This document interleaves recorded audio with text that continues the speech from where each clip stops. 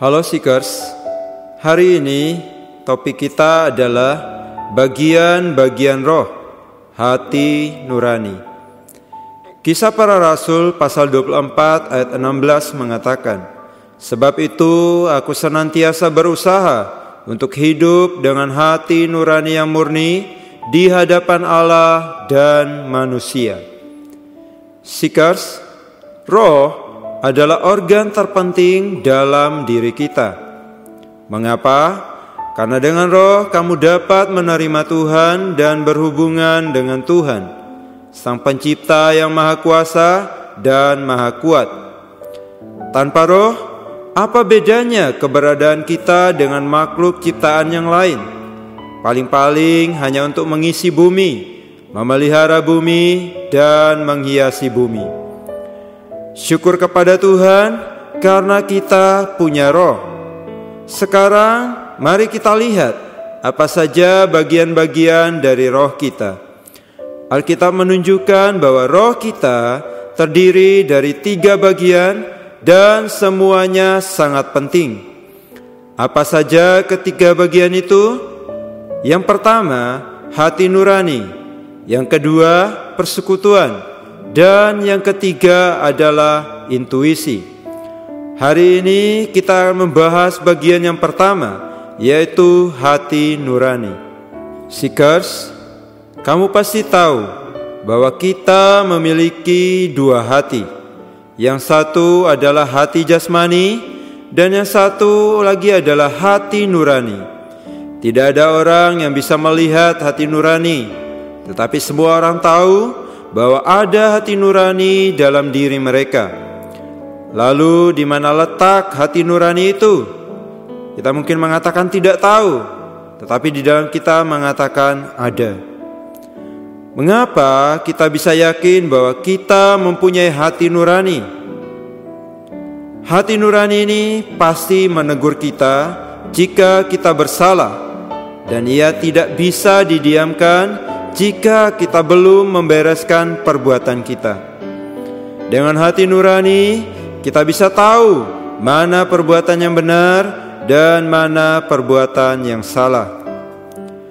Hati nurani sengaja diciptakan Tuhan untuk menjaga kamu agar kamu tidak berbuat dosa terus-menerus. Misalkan, teman-temanmu ingin berbuat iseng dengan mencoba mencuri di supermarket. Saat kamu ikut mereka, ada perasaan tidak enak di dalam kamu. Jika kamu cuekin perasaan ini, hati nurani tidak akan berhenti protes. Ia akan terus-menerus menegur kamu sampai kamu bilang ke teman-temanmu, "Aku tidak jadi ikut." Pada saat itulah baru ada rasa lega karena hati nuranimu berhenti menegur kamu. Seekers, pernahkah kamu mengalami teguran hati nurani? Pasti. Setiap orang pasti pernah mengalaminya.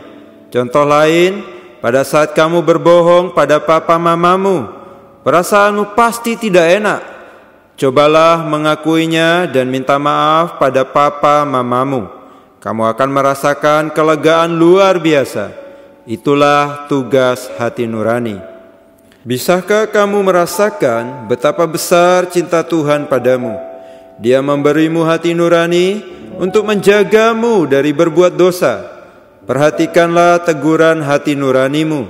Jangan dicuekin, karena jika kamu terus-menerus mengabaikan teguran hati nuranimu, kamu akan berada dalam kondisi yang sangat berbahaya.